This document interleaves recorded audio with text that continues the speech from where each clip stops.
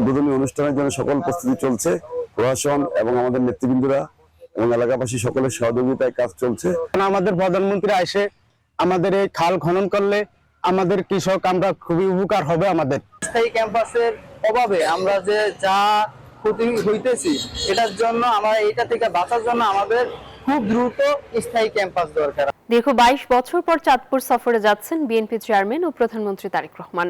নতুন মাত্রায় উন্নয়নের প্রত্যাশায় উচ্ছ্বসিত জেলাবাসী। প্রধানমন্ত্রীর আগমন ঘিরে সকল প্রস্তুতি নিয়েছে প্রশাসন ও স্থানীয় বিএনপি। খোকন কর্মকারের তথ্যচিত্রে ডেস্ক রিপোর্ট। 16 মে প্রধানমন্ত্রীর সফর ঘিরে সেজে উঠছে রূপালী ইলিশের বাড়ি চাঁদপুর। সফরকালে তিনি জেলার বেশ কিছু গুরুত্বপূর্ণ উন্নয়নমূলক কার্যক্রমের উদ্বোধন ও পরিদর্শন করবেন। দীর্ঘদিন ধরে নদী ভাঙনের শিকার চাঁদপুরবাসী এখন স্থায়ী নদী রক্ষা বাঁধের স্বপ্ন দেখছেন।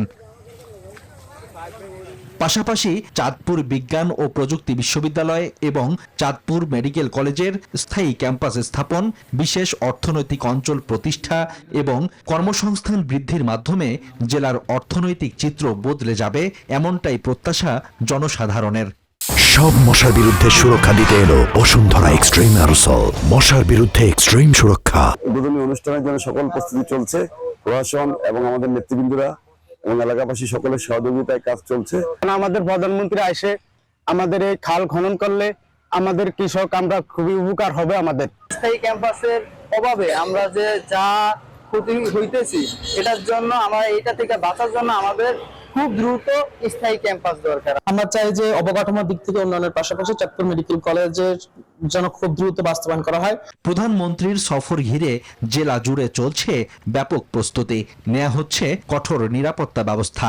চাঁদপুরে যদি একটা ইপিজেড স্থাপন হয়, আর আপনারা সবাই জানেন যে ইপিজেড এর চাঁদপুরের একটা ঐতিহ্য আছে, সেখানে নদী বন্দর আছে, সেখানে রেল যোগাযোগ আছে এবং সাথে সাথে সড়ক যোগাযোগ আছে। নদী শাসন এবং কৃষি সম্পদ দ্বিগুণ বৃদ্ধির লক্ষ্যে বিশেষ প্রকল্প বাস্তবায়ন করা হচ্ছে বলে জানান পানি সম্পদ মন্ত্রী।